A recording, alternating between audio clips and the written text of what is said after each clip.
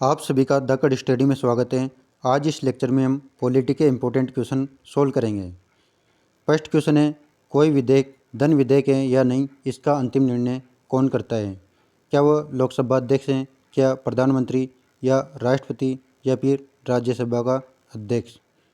कोई भी विधेयक धन विधेयक है या नहीं, इसका अंतिम निर्णय करता है लोकसभा अध्यक्ष। यानी इस क्वेश्चन का सही आंसर होगा ऑप्शन फर्स्ट। आर्टिकल 110 में उल्लेख है, यानी जो अनुच्छेद 110 है इसमें उल्लेख है कि कोई भी विधेयक धन विधेयक है या नहीं, इसका अंतिम निर्णय करेगा लोकसभा अध्यक्ष।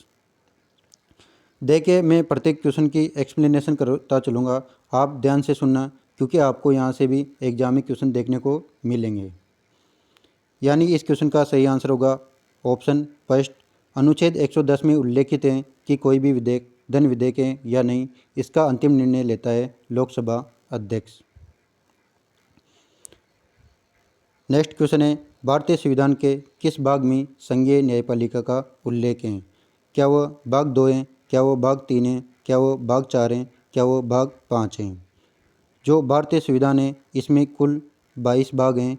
इनमें से कौन सा भाग है जिसमें संघीय न्यायपालिका का उल्लेख है? जो भाग 5 है इसमें संघीय न्यायपालिका का उल्लेख है। यानी इस क्वेश्चन का सही आंसर होगा ऑप्शन 4। जो भाग 2 है इसमें नागरिकता के बारे में उल्लेख है। इसमें अनुच्छेद 5 से लेकर अनुच्छेद 11 तक उल्लेख है। भाग 3 में मूल अधिकारों के बारे में उल्लेख है, यानी जो अपने फंडामेंटल राइट हैं उनके बारे में भाग 3 में उल्लेख है। भाग 3 में अनुच्छेद 12 से लेकर अनुच्छेद 35 तक उल्लेख है। भाग 4 में डीपीएसपी यानी जो राज्य के नीति निर्देशक तत्व हैं वो भाग 4 में उल्लेख हैं। भाग 4 में अनुच्छेद 36 से लेकर अनुच्छेद 51 ए तक उल्लेख हैं। भाग 5 में संघ में जैसे जो कार्यपालिका, संसद, राष्ट्रपति, इन सब के बारे में उल्लेख है भाग 5 में। संघीय न्यायपालिका, इनके बारे में उल्लेख है भाग 5 में। भाग 5 में अनुच्छेद 52 से लेकर अनुच्छेद 151 तक उल्लेख है। इस क्वेश्चन का सही आंसर होगा ऑप्शन 4। भाग 5 में संघीय न्यायपालिका का उल्लेख है। नेक्स्ट क्वेश्चन है, लोक लेखा समिति अपनी वार्षिक रिपोर्ट किसे पेश करती है? देखिए, जो लोक लेखा समिति है ये संसदीय समितियों में सबसे पुरानी समिति है। संसदीय समितियां दो प्रकार की होती हैं, एक तो होती हैं स्थायी समितियां और एक होती हैं तदर्थ समितियां यानी अस्थायी। जो लोक लेखा समिति है ये स्थायी समिति है। ये अपनी वार्षिक रिपोर्ट किसे पेश करती हैं? क्या राष्ट्रपति, संसद, राज्यसभा या फिर लोकसभा? जो लोक लेखा समिति है ये अपनी वार्षिक रिपोर्ट पेश करती हैं लोकसभा को। यानी इस क्वेश्चन का सही आंसर होगा ऑप्शन 4 लोकसभा। लोक लेखा समिति में कुल 22 सदस्य होते हैं।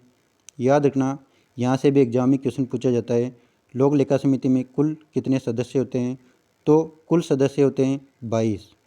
इनमें से 15 सदस्य होते हैं लोकसभा से और 7 सदस्य होते हैं राज्यसभा से। और जो लोक लेखा समिति है इसका कार्य होता है केक के प्रतिवेदन की जांच करना। यानी जो भारत का नियंत्रक एवं महालेखा परीक्षक होता है केक, इसकी जो प्रतिवेदन होती है इसकी जांच करती हैं लोक लेखा समिति। और यह भी याद रखना, जो लोक लेखा समिति होती है इसके अध्यक्ष होते हैं विपक्ष के नेता। यानी जो विपक्ष की पार्टी होती हैं उसके अध्यक्ष होते हैं लोक लेखा समिति के अध्यक्ष, विपक्ष के नेता। आई होप ये आपको समझ में आ गया। क्वेश्चन है, उच्च न्यायालय के मुख्य न्यायाधीश की नियुक्ति कौन करता है? क्या वह राष्ट्रपति करता है या फिर भारत के मुख्य न्यायाधीश या राज्य के गवर्नर या भारत के प्रधानमंत्री?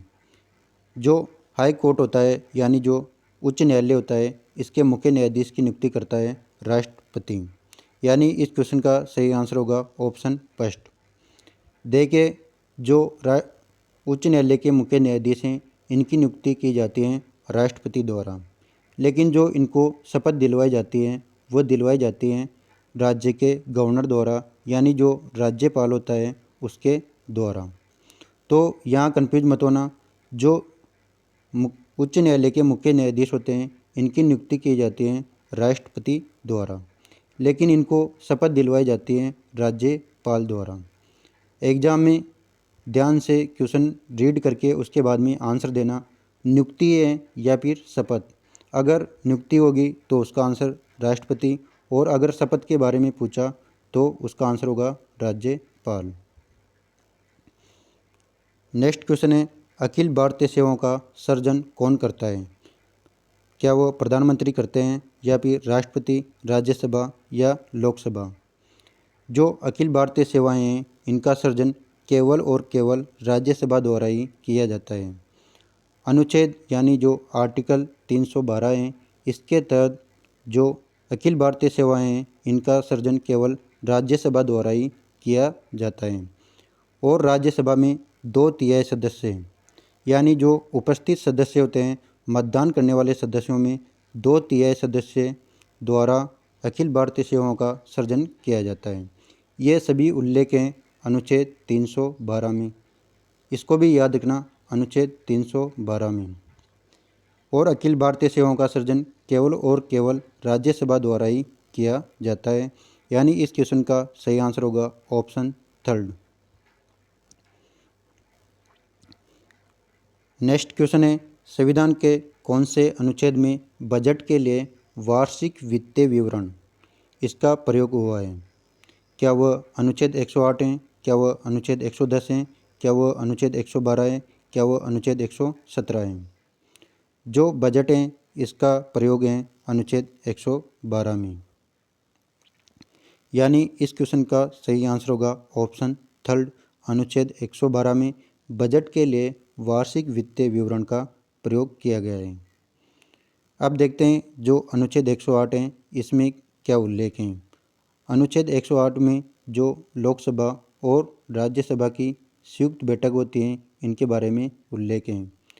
लोकसभा और राज्यसभा की जो संयुक्त बैठक होती है उसको आयोजित करवाता है राष्ट्रपति, और लोकसभा और राज्यसभा की जो संयुक्त बैठक होती हैं उसकी अध्यक्षता करता है लोकसभा अध्यक्ष।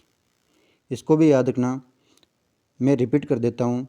अनुच्छेद 108 में लोकसभा और राज्यसभा की संयुक्त बैठक का प्रावधान है। इनकी संयुक्त बैठक बुलाता है राष्ट्रपति। याद रखना, संयुक्त बैठक बुलाता है राष्ट्रपति, और जो अध्यक्षता होती है वो करता है लोकसभा अध्यक्ष। अनुच्छेद 110 में धन विधेयक के बारे में उल्लेख है, और अनुच्छेद 112 में बजट के बारे में उल्लेख है। अनुच्छेद 117 में वित्त विधेयक के बारे में उल्लेख है। आई होप ये सारे ऑप्शन आपको समझ में आ गए होंगे। नेक्स्ट क्वेश्चन है, विभिन्न राज्यों केंद्र शासित प्रदेशों में राज्यसभा की कुल सीटों का ब्यौरा भारतीय संविधान की किस अनुसूची में है? भारतीय संविधान में वर्तमान में कुल 12 अनुसूचियाँ हैं, लेकिन मूल संविधान में 8 अनुसूचियाँ थी, वर्तमान में 12 अनुसूचियाँ हैं। इन 12 अनुसूचियों में से कौन सी अनुसूची है जो राज्यसभा की सीटों का आवंटन करती है? क्या वह प्रथम अनुसूची है? क्या वह दूसरी अनुसूची है? क्या वह चौथी अनुसूची है? या फिर वह 8वीं अनुसूची है? जो चौथी अनुसूची है ये केंद्र शासित प्रदेशों व राज्यों में राज्यसभा की सीटों का आवंटन करती है, यानी इस क्वेश्चन का सही आंसर होगा ऑप्शन 3। वर्तमान में राज्यसभा में कुल 245 सीटें हैं। इनमें से 233 सीटें हैं राज्य एवं केंद्र शासित प्रदेशों में, और जो 12 सीटें हैं वो हैं, यानी जो 12 सदस्य होते हैं वह राष्ट्रपति द्वारा मनोनीत किए जाते हैं। इनको भी याद रखना। टोटल सीटों की संख्या है 245, इनमें से 233 राज्य व केंद्र शासित प्रदेशों से आते हैं, और 12 सदस्य राष्ट्रपति द्वारा मनोनीत किए जाते हैं।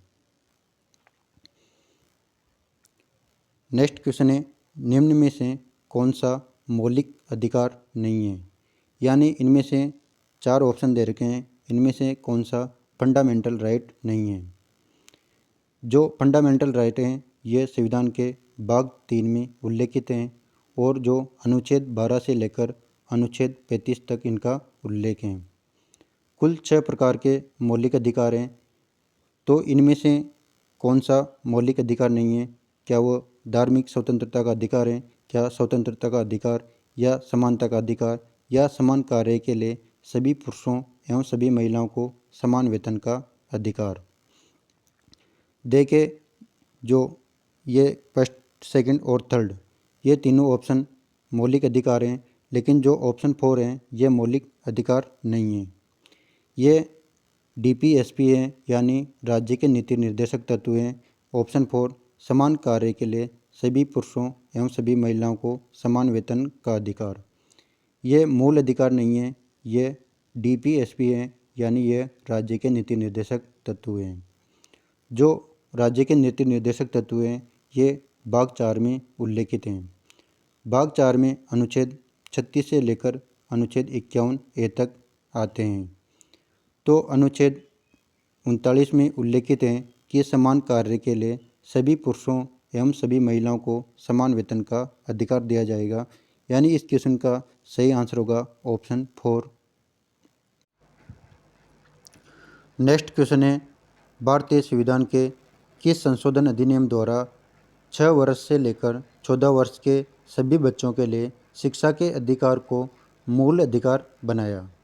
यानी जो राइट टू एजुकेशन है इसको मूल अधिकार कौन से संविधान संशोधन द्वारा बनाया गया था? जो 86वां संविधान संशोधन हुआ इसके द्वारा जो राइट टू एजुकेशन यानी जो शिक्षा का अधिकार है इसे मूल अधिकार बनाया था। इसमें यह प्रावधान था कि 6 वर्ष से लेकर 14 वर्ष के सभी बच्चों को प्राथमिक शिक्षा देना अनिवार्य है। जो पहले ये DPSP में अनुच्छेद 45, ध्यान से सुनना, DPSP में अनुच्छेद 45 यानी जो राज्य के नीति निर्देशक तत्व हैं इनमें आर्टिकल 45 में यह उल्लेख था कि 6 वर्ष से कम आयु के बच्चों को निःशुल्क शिक्षा प्रदान की जाए। इसको बाद में 86 कॉन्स्टिट्यूशन अमेंडमेंट द्वारा बदलकर 6 वर्ष से लेकर 14 वर्ष के बच्चों के लिए शिक्षा के अधिकार को मूल अधिकार बनाया और इसमें अनुच्छेद जोड़ा गया था आर्टिकल 21A, यानी अनुच्छेद 21A जोड़ा गया था 86 कॉन्स्टिट्यूशन अमेंडमेंट द्वारा। अनुच्छेद 21A को जोड़ा गया जो राइट टू एजुकेशन यानी शिक्षा का अधिकार है, इसको मूल अधिकार बनाया गया। जो 86वां संविधान संशोधन हुआ था ये हुआ था 2002 में। याद रखना, जो 86वां संविधान संशोधन था ये हुआ था 2002 में, यानी जो राइट टू एजुकेशन है ये मूल अधिकार बना था 2002 में। आई होप ये सारे फैक्ट आपको समझ में आ गए होंगे। नेक्स्ट क्वेश्चन है, निःशुल्क और अनिवार्य शिक्षा अधिनियम कब पारित किया गया? क्या ये 2002 में किया गया, 2004, 2006 या 2009? देखिए ये पारित किया गया था 2009 में, यानी इस क्वेश्चन का सही आंसर होगा ऑप्शन 4। यहाँ से कंफ्यूज मत होना, जो राइट टू एजुकेशन है यानी जो शिक्षा का अधिकार है इसे मूल अधिकार में जोड़ा गया था 2002 में 86वें संविधान संशोधन द्वारा अनुच्छेद 21A को जोड़ा गया था। लेकिन जो निःशुल्क और अनिवार्य शिक्षा अधिनियम है ये पारित किया गया था 2009 में, इसलिए यहाँ से कंफ्यूज मत होना, निःशुल्क और अनिवार्य शिक्षा अधिनियम पारित किया गया था 2009 में। नेक्स्ट क्वेश्चन है, भारत में संविधान के आधारभूत लक्षणों यानी जो संविधान का बेसिक स्ट्रक्चर ऑफ कॉन्स्टिट्यूशन है इसका निर्धारण कौन करता है? क्या वो संसद करती है, क्या वो न्यायालय करता है, क्या वो राष्ट्रपति करता है, क्या वो मंत्रिमंडल करता है? देखिए जो बेसिक स्ट्रक्चर ऑफ कॉन्स्टिट्यूशन होता है इसका निर्धारण करता है न्यायालय। यानी इस क्वेश्चन का सही आंसर होगा option second. Basic structure of constitution का निर्धारण करता है न्यायालय। नेक्स्ट क्वेश्चन है, राज्यसभा द्वारा लोकसभा को धन विधेयक कितने समय में लौटा दिया जाना चाहिए। देखिए जो धन विधेयक है इसका उल्लेख है अनुच्छेद आर्टिकल 110 में। धन विधेयक केवल और केवल लोकसभा में ही लाया जाता है। लोकसभा से जब ये पास हो जाता है तो फिर यह जाता है राज्यसभा के पास। राज्यसभा इसे 14 दिन के अंदर अंदर इसको या तो वापस लोकसभा में भेजती है। अगर इसने 14 दिन के अंदर अंदर लोकसभा में नहीं भेजा तो इसे पारित होना मान लिया जाता है। यानी इसे 14 दिन के अंदर अंदर वापस लौटाना होता है। यानी इस क्वेश्चन का सही आंसर होगा ऑप्शन थर्ड 14 दिन। नेक्स्ट क्वेश्चन है, संघीय न्यायालय की स्थापना किस अधिनियम के तहत हुई थी। क्या वो भारत शासन अधिनियम 1935 है, या भारतीय स्वतंत्रता अधिनियम 1947 है, या भारत शासन अधिनियम 1919 है, या भारत शासन अधिनियम 1909 है। जो संघीय न्यायालय है इसकी स्थापना की गई थी भारत शासन अधिनियम 1935 के तहत। यानी इस क्वेश्चन का सही आंसर होगा ऑप्शन ए। भारत शासन अधिनियम 1935 के तहत संघीय न्यायालय की स्थापना की गई थी। आई होप ये सारे क्वेश्चन आपको समझ में आ गए होंगे। जिन भी स्टूडेंट ने चैनल को सब्सक्राइब नहीं किया वो चैनल को सब्सक्राइब करें और बेल आइकन पर क्लिक करें। इससे हमारे द्वारा जो भी लेटेस्ट अपडेट होगी वो आपको सबसे पहले प्राप्त होगी। मिलते हैं नेक्स्ट लेक्चर में। धन्यवाद।